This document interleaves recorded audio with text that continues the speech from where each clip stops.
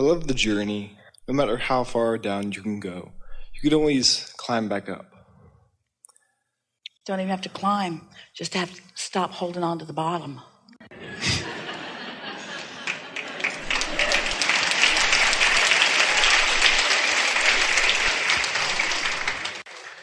And your teachings are absolutely amazing. I love how... You love how good it feels to remember. Absolutely. To remember who you are and how it all works. And that's that resonance you keep feeling. Like, I knew this, I knew that, I knew that. It's funny how you can go from being little and being directly, almost having no resistance. And when you did, it was so short. Because you were always looking for the next best thing. More, more, more, the mantra of the universe. Right.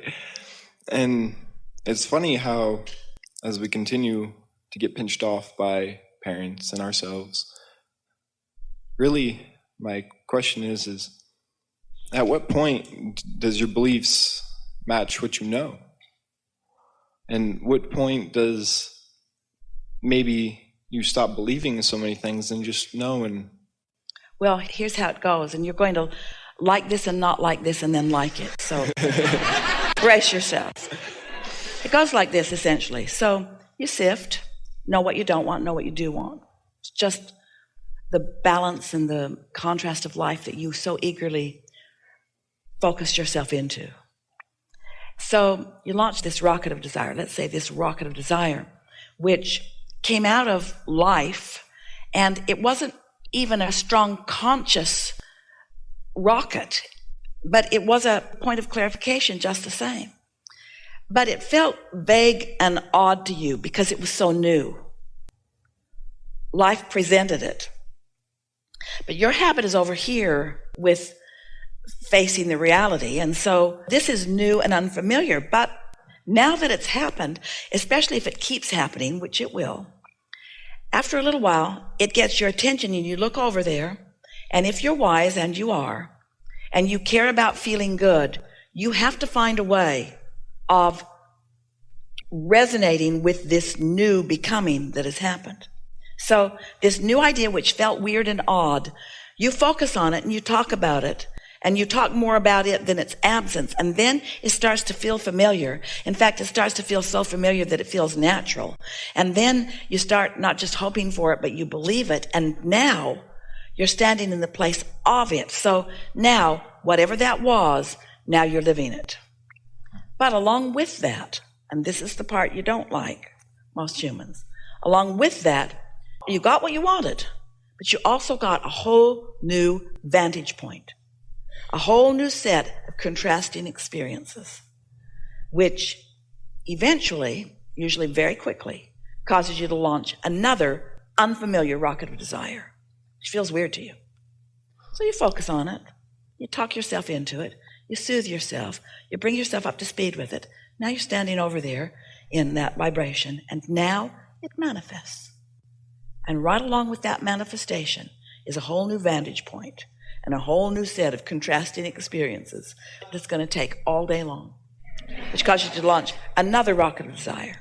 And so what continues to happen is your point of view keeps affording you more contrast, which is so wonderful because it gives you more ability to create.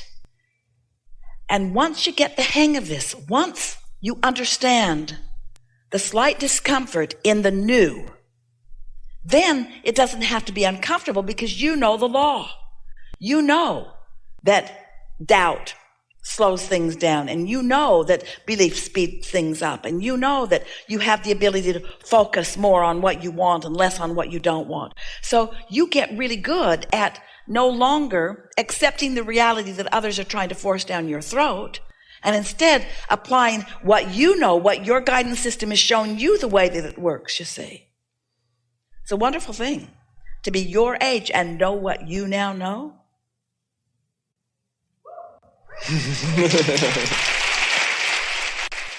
I'm just going to tell a story. At a younger age, when you know who you are and you pinch yourself off, you and society sets you up for this.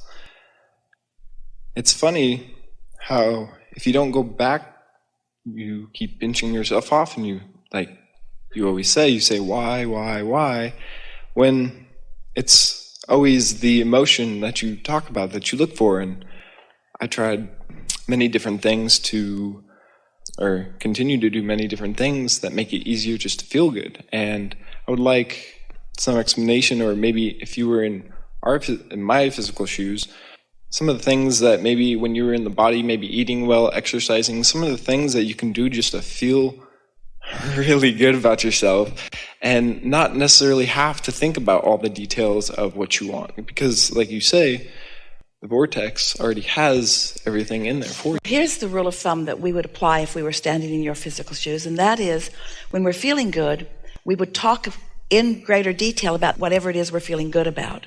And anytime we're not feeling good, we would stop the talk. Go general. When you don't feel good, don't be specific, because that speeds things up. And you don't want to speed yourself up in the opposition to what you want. So just talk more if it feels good and talk less if it doesn't. That really is the simple and very powerful tool. Do you understand that when you stand in any moment in time, that the non-physical part of you that we are calling your inner being is focused upon exactly what you're focused upon at exactly that same time, and has a very strong perspective, or you might even say opinion, about what you're focused upon. So if when you focus on it, it feels really good to you, that means you're so in sync with your inner being that your thriving is heightened. But if you feel negative emotion, that means the very thoughts you're thinking are in absolute opposition to what your inner being knows. So when you're being hard on yourself, or when you're regretting something, or when you're remembering some put down that someone applied to you, or some put down that you applied to someone else, it's really vivid. In fact, we want to put it to you in such a strong way.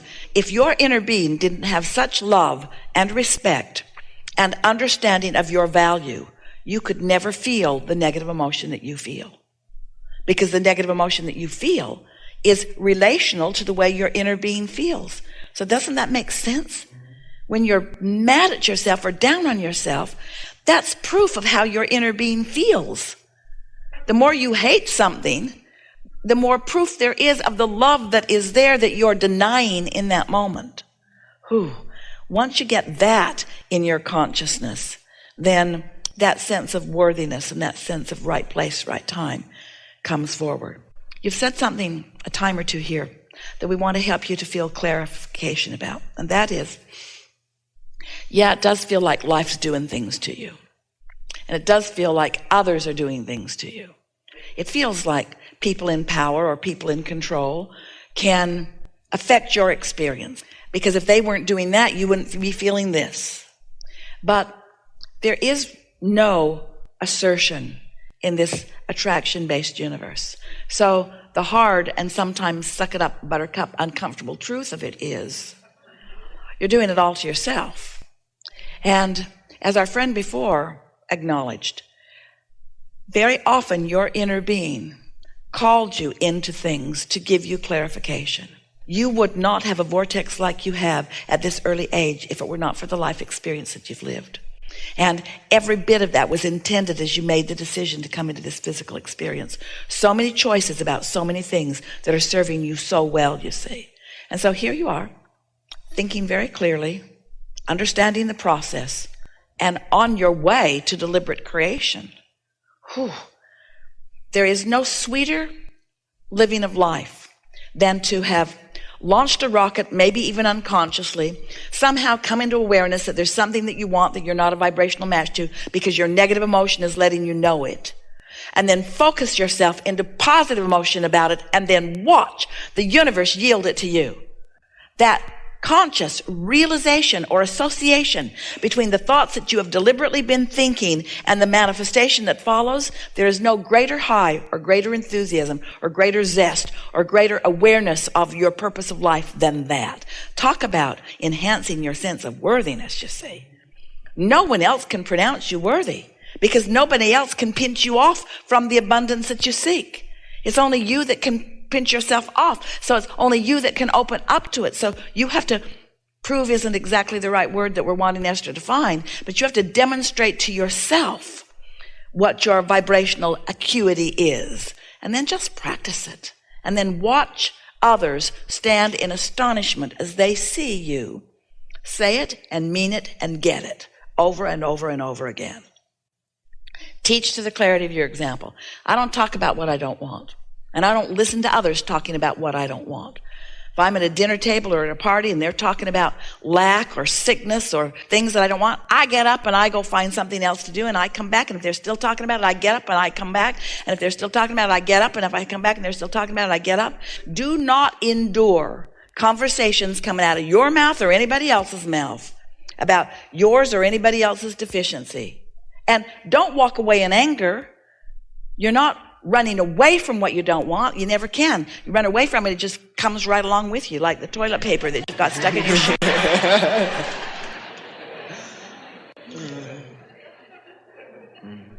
Go to where you want to go, in other words, and look back smiling at them. Love you guys.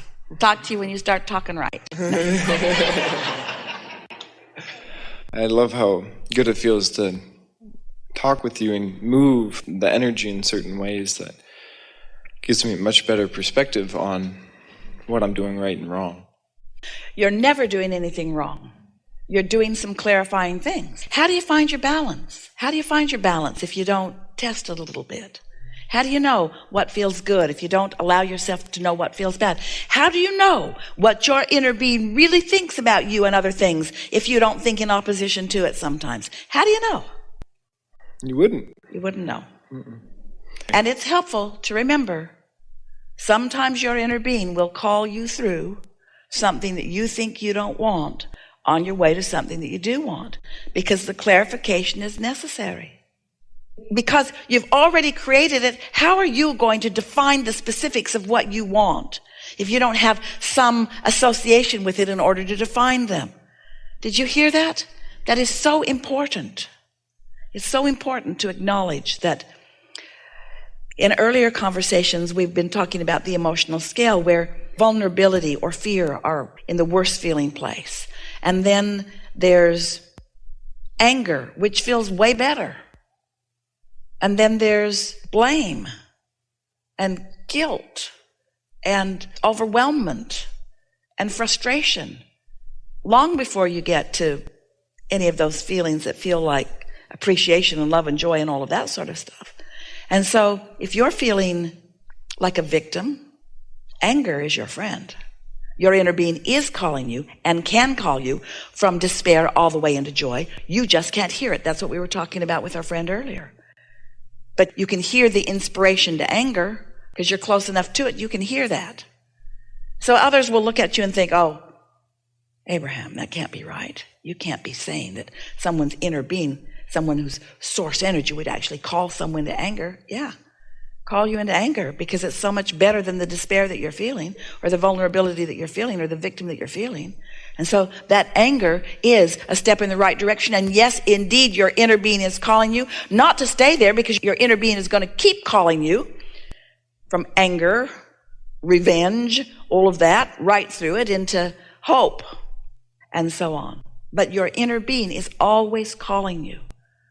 Talk about a friend, talk about support, talk about someone who knows, talk about never-ending love, talk about understanding who you are, you see.